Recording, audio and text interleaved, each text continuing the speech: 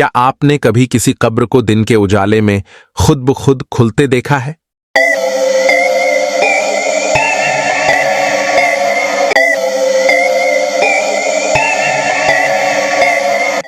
ये कहानी है एक ऐसी कब्र की जो दिन के उजाले में खुद ब खुद खुल जाती थी और रात के अंधेरे में फिर से बंद हो जाती थी। कहते हैं कुछ राज वक्त के धुंधले पर्दे में भी छुप नहीं सकते। ये कहानी है नूरपुर गांव की, एक खामोश बस्ती जहां वक्त भी आहिस्ता चलता था। नूरपुर के बाहर एक पुराना कब्रिस्तान था।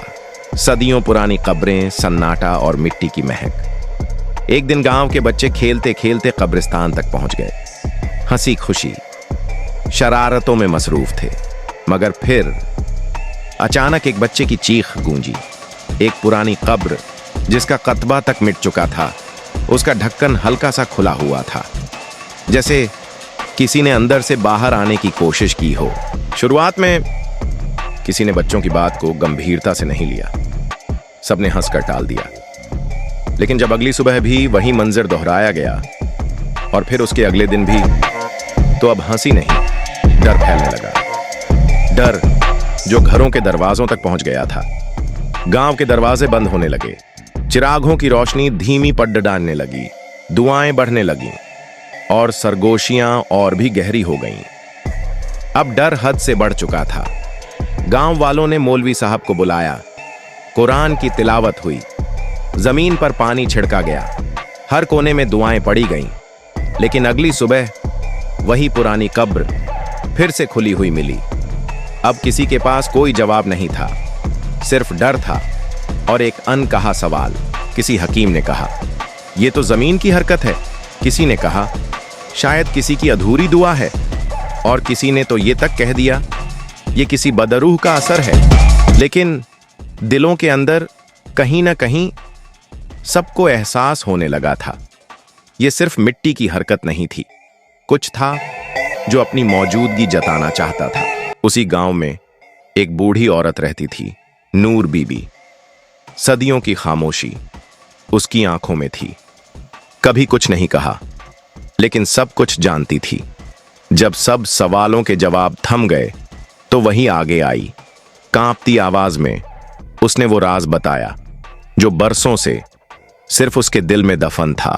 कांपती हुई आवाज में नूर बीबी ने कहा, यह कब्र अहमद की है, वही अहमद जो बरसों पहले इस गांव में रहता था। बहुत शरीफ था, सीधा और दिल से सच्चा। बचपन में ही उसके माँ बाप दुनिया से चले गए थे, लेकिन उसने इन मुश्किल हालात में भी अपने आप को संभाल कर रखा। वो बहुत मेहनती था, ईमानदार था, कभी किसी से कुछ नहीं मांगा।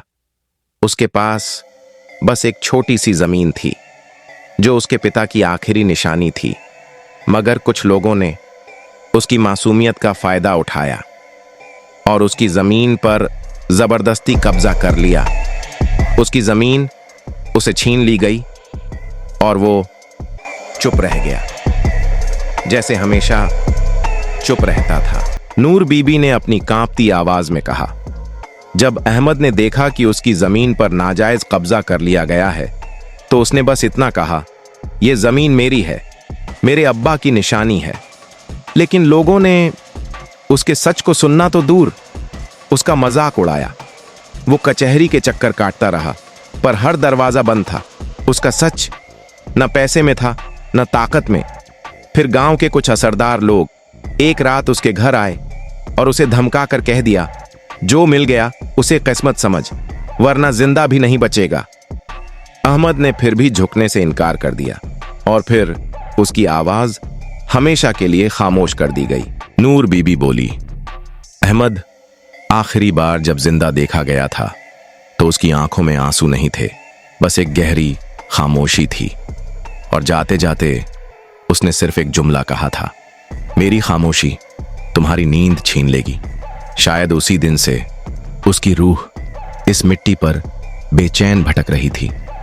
हर सुबह जब सूरज निकलता था, कब्र अपने आप खुल जाती थी और हर रात अंधेरे में वो फिर से बंद हो जाती थी, जैसे वो किसी से पूछ रही हो, क्या अब भी कोई है जो मुझे इंसाफ देगा। जब अहमद का आखिरी जुमला, मेरी खामोशी तुम्हारी नींद छीन लेगी, गूंजा तो पूरे गांव में एक सन्नाटा छा गया।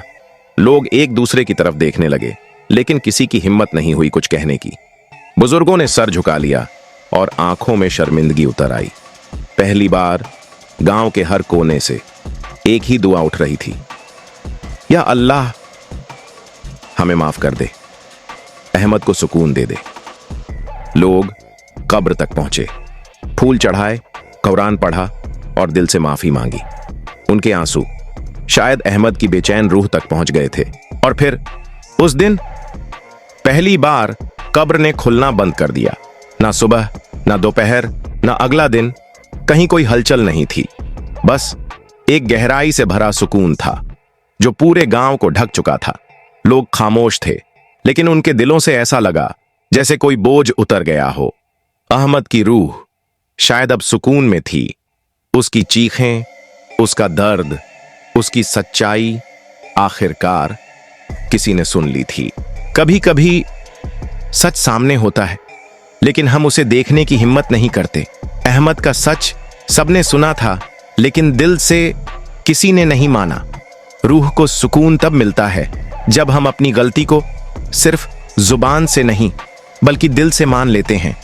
इस कहानी में सिर्फ एक कब्र नहीं बोला उस दर्द ने, जिसे सब ने चुपचाप सह लिया था।